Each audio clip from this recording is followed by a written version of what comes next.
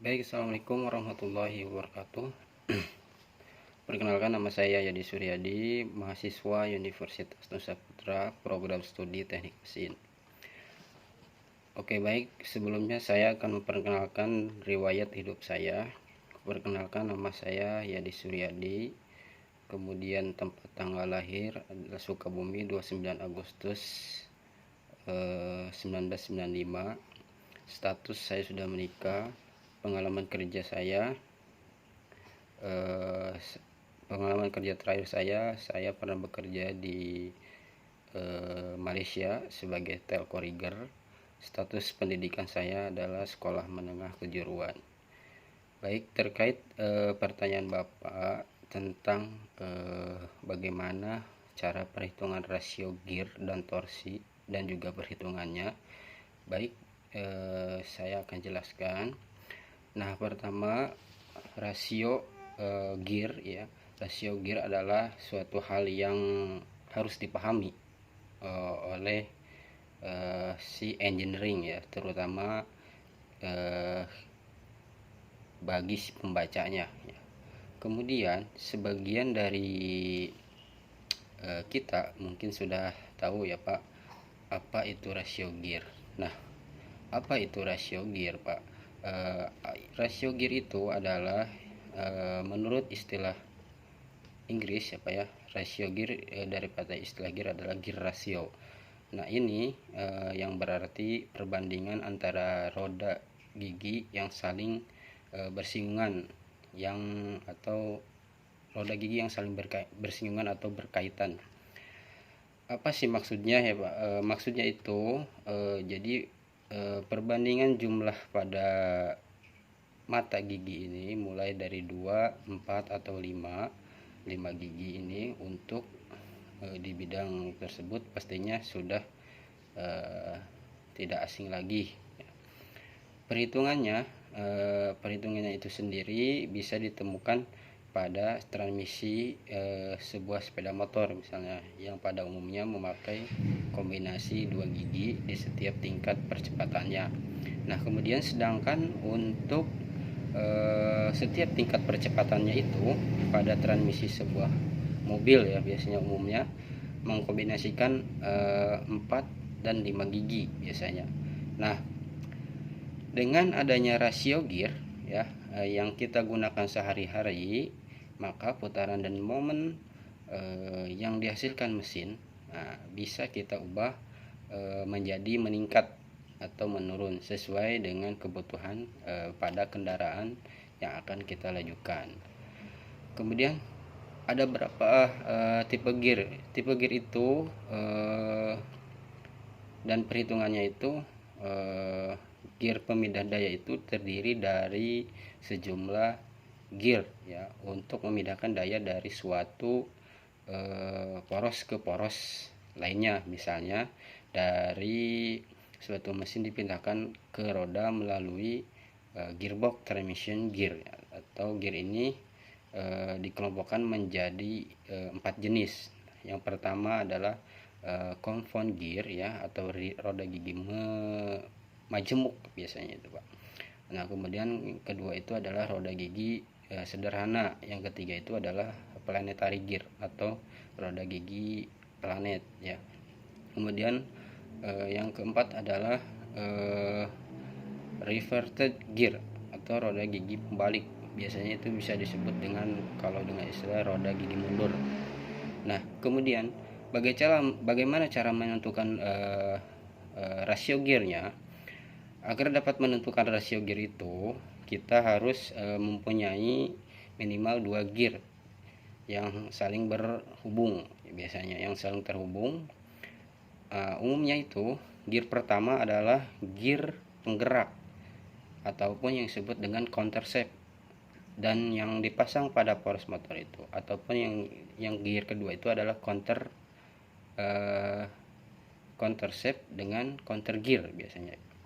Nah, gigi kedua itu adalah roda gigi penggerak itu ya, atau yang disebut dengan roda gigi counter gear itu tadi, yang dipasang pada poros, pada beban gigi 1, gigi 2, gigi 3 dan gigi mundur. Dan mungkin akan ada beberapa roda gigi di mana keduanya akan saling mengirimkan daya dari roda gigi penggerak ya, ke roda gigi yang digerakkan, yang disebut dengan roda gigi pemalas, ataupun itu yang disebutnya dengan gigi sinkronis. Sekarang mari kita contohnya ya, mari kita total pada misalkan roda gigi penggerak. Cara sederhananya biasanya supaya kita tahu rasio antara gear antara dua roda, antara rasio gear antara dua roda yang saling terhubung itu, salah satunya adalah dengan membandingkan jumlah gigi yang dimiliki keduanya. Nah, ditentukannya itu dari beberapa banyak gigi pada gear penggeraknya.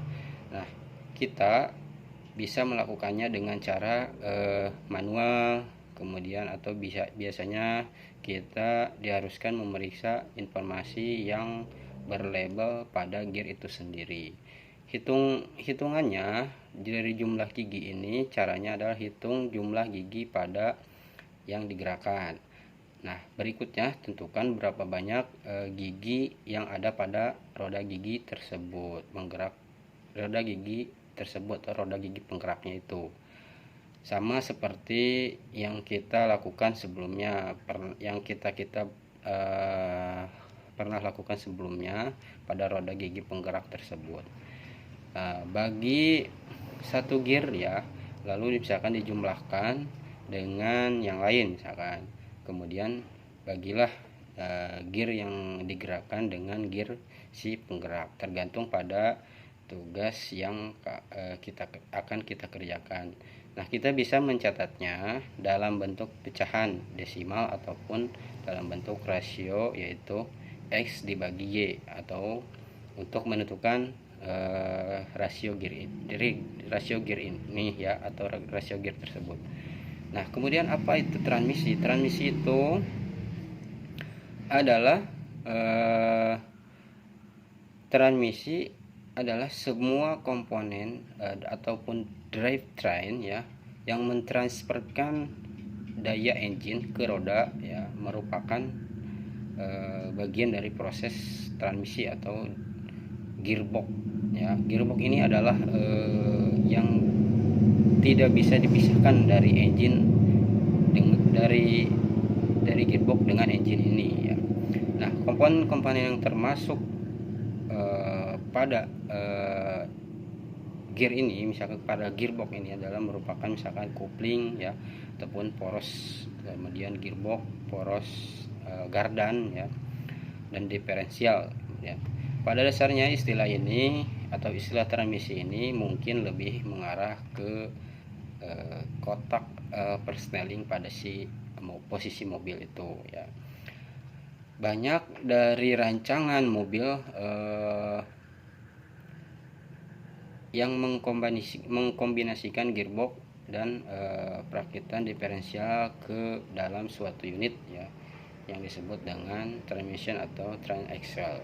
Nah, apa itu torsi? Torsi juga bisa dikaitkan dengan sumbu tertentu ya. Jadi kita akan membahas torsi ya pada poros motor. Nah, torsi pada axle ini ataupun si gardan ini ya, dan sebagainya lah, untuk menghasilkan torsi gaya lurus, gaya ya, atau gaya ini harus bekerja cukup jauh dari titik sumbu ataupun pivotnya ya. Sebagai contoh misalkan gaya yang diaplikasikan pada ujung pegangan kunci pas atau untuk memutar baut yang terletak pada si rahang ujung kunci pas menghasilkan torsi tentang baut. Itu pun sebaliknya ya, suatu gaya yang diaplikasikan pada keliling roda tersebut, nah, kemudian digabung dengan poros yang akan kita ciptakan torsi tentang poros tersebut. Torsi ini merupakan besaran vektor juga ya, dimana arah vektor torsi bergantung pada arah gaya pada sumbu saat si tukang bubut ini melakukan operasi, atau si operator ini melakukan operasi, atau si mekanik ya melakukan operasi bending as atau pipa. Ini bisa menjadi contoh, misalkan torsi dapat berupa statis ataupun dinamisnya. Nah, kemudian komponen-komponen dari gear misalkan merupakan daripada ada yang disebut juga gear helical gear, kemudian daripada si gearbox ini ya, kemudian gigi sinkronis ataupun gigi 1, gigi 2, gigi 3, gigi 4, gigi 5, gigi mundur ya. Kemudian ada yang disebut juga dengan slip hub ataupun dengan cloud hub. Kemudian ada juga yang shipping key ataupun disebut dengan antara output shape dengan input shape ya. Bisa juga kemudian terletak dari banyak beberapa komponen daripada gear ini. Banyak ada juga komponennya yang disebut dengan bearing atau juga dengan gigi bearing ini, bearing lidi ya, banyak pokoknya. Nah, kemudian momen torsi ini bagaimana kita bisa mengurangi atau menambah torsi? Gampang ya. Hal ini Pak perlu dilakukan untuk mengurangi atau menambah si torsi yang diciptakan oleh si motor agar bisa sesuai ya, misalkan pada aplikasi yang berbeda. Perlu diingat bahwa tuas bisa mengurangi atau beban menambah gaya pada suatu objek dengan mengorbankan jarak melalui tuas yang harus didorong ya. Sementara itu torsi yang diperoleh dari motor tersebut dapat kita turunkan atau tingkatkan melalui roda gigi ya, ataupun hal ini bisa menjadi karena kecepatan putar yang menurun secara profesional. Nah, kemudian untuk mendapatkan bagaimana misalkan cara menghitung rasio gear dan torsi tersebut, caranya adalah rumus rasio gear ini dan kecepatan. Misalkan pertama adalah rumus rasio gear ya dan kecepatan, kemudian yang kedua itu rumus rasio dan gear dan torsi biasanya. Jadi rumusnya itu adalah cara mencari gear rasio misalkan ya. Gear rasio itu adalah sama dengan D2 dibagi D1 sama dengan torsi output dibagi torsi input. Ataupun misalkan cara mencari torsi output. Cara mencari torsi output itu adalah gear rasio dikali torsi input. Nah, mungkin dari perhitungan torsi ini, istilah yang dipakainya adalah bisa membahas torsi memang cukup membingungkan ya Pak. Lagi bagaimana kita menghitung nilai sebuah torsi pun juga. Mungkin video kali ini saya cukupkan sekian. Terima kasih atas pertanyaannya. Kurang lebihnya saya mohon maaf. Assalamualaikum warahmatullahi wabarakatuh.